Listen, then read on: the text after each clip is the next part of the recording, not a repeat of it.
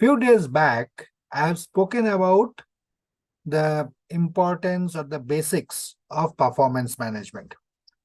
Today, let's talk about little more in details. First, if your organization's policy or the procedure is to, sorry for using the word, penalizing the employees or penalizing your employees, in that case, what you are doing is perfectly all right, no change, nothing is required. But if the objective or the purpose of performance evaluation or performance management, performance achievement, whatever we call it, is to evaluate where each and every individual stands and also give them a learning or guiding path to improve their performance, do things in a better way or better manner, achieve their goals in a better way. In that case, please watch this. So, first and foremost, I am assuming, of course, that you are interested in improving employee engagement and ensure that every employee, every team member of yours achieve whatever they're supposed to do or even exceeds their expectation. So, the first and foremost is setting up the goal or objective or KRA or whatever we again call it. First, once that has been set for every employees, the very next step, which we often miss out, is explain them. Explain what does all these thing means, why it is important, what is the importance of each of them, and so on and so forth. Once that is done, also tell them a kind of a way how they can achieve it. How or what is the process of achieving their goals. Guide them, because leadership is all about guidance, right? Once you have done the first initial stage, initial level, now if you think that you will be connecting back with the employees after 6 months or 1 year to evaluate where do they stand against the goals or objectives they have been set, again, that is one major mistake that we often make. So we need to have touch points, regular touch points.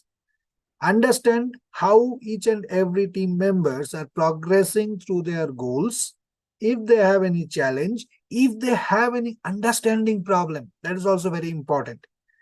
So if we have a touch point meeting, perhaps once in a month or once in 2 months, that will help them to bridge the understanding gap, number one.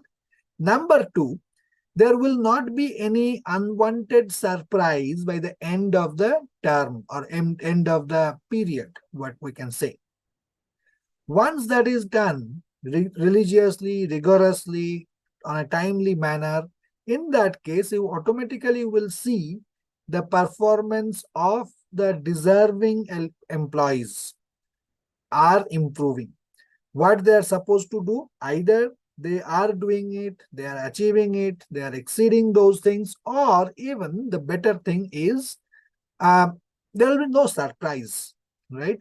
So they know what is expected. If they have any challenge, if they have any doubt, if they have any problem, they will come up during these touch point calls or touch point meetings, which as a leader, as a manager, will help you also to understand what might go wrong by the end of the term. And there will always be a possibility or a provision of getting things corrected, getting things changed. Last but not the least, when you are doing the evaluation by the end of the term, again 6 months, 1 year, based on the organization's policy, at that point of time, what you will be doing is, of course, evaluating. But while evaluating, don't jump the gun saying that, guys or man, you have not done XYZ. Okay, one thing I missed out. Never do this kind of things in a one-to-many manner. It has to be always one-to-one. In a conference room or in a meeting room where nobody else will be there, and nobody else can hear, nobody else can listen to your conversation, and find out first how the term, again 6 months, 1 year, has gone for that employee, that individual. what all challenges he or she has faced, and what all good things he or she feels have been achieved. And then you put across your observation. Now, when you are putting across your observation, since you had regular touch point calls, I'm sure there will be no surprise, or the employee will not feel surprised. Oh, was I supposed to do this also? I didn't know. So that kind of surprise or unwanted surprise, which I call, will not be there. And the entire discussion will be a fruitful discussion in a proper way, and we will achieve our objective or achieve our goals, right? Employee will be happy, satisfied. Whatever rating, whatever positioning he or she is getting, that person will perhaps before the meeting or before the discussion happens, he or she will be knowing that, okay, this is what I have done, this is what I deserve to get. Also, one more thing is, when you are having the touch point calls, at that point of time, it will be nice to explain the whole process.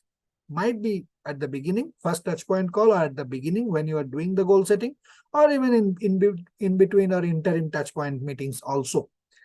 That will help them to understand. Say, for example, if you are using bell curve, right? If you are laddering the employees, most of the organization does it, right? So if you are laddering the employees, against whom they will be compared. It's all about comparison. So against whom they will be compared, that has to be identified, or that the employee should know that, okay, I will be compared against or with XYZ people, right? So that will help them to also understand internally that what that other person is doing, what good or what additional thing that person is doing, so that there will be a conscious effort from the employee side to improve their working, improve their performance, improve their outcome, uh, achievements, whatever, right? Does it mean that there will be no non-performers? Yes, there will be. But those non-performers are genuine non-performers, because you will not feel bad that, well, I have never told them, or the employee also will not feel that I didn't know, kind of thing. So they will also know, the individual will also know that I knew this is what is expected out of me, and I know that I have not met the expectation.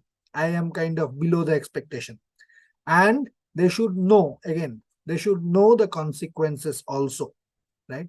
Depending on your organization policy, if the consequences says that, well, below performers or certain level or certain percentage whatsoever it might be, will undergo a performance improvement plan, and if they do not successfully close the PIP, in that case they might have to ask to leave. All these things will be clear in their mind, the employee's mind, and as a result of that, again, there will be no surprise. So what I'm trying to say here is, remove the elements of surprise, unwanted surprises, and that will help the entire process to evolve as a robust process, and also an useful process which people or organization can use it in a long run. And of course, improve the performance, improve the productivity, improve the employee engagement, employee moral. So you will not see in various different social media places those reviews or those comments that I have been asked to leave without knowing why am I doing that. I mean, what happened? What happened? I have done all these things. What is expected out of me? Or nobody told me that these are also expected out of me. And then finally, one fine morning, somebody says, Amit, you have not done your job, so you better, leave. So that kind of situation will also not come. So this is what I wanted to say. Think about it, give a deep thought, and do let me know if you need more information, or if you need to understand the whole process in a better way, or need my help to frame the entire process in a better way. I am always there and happy to help. Thank you so much. Have a great day, great evening. Thank you.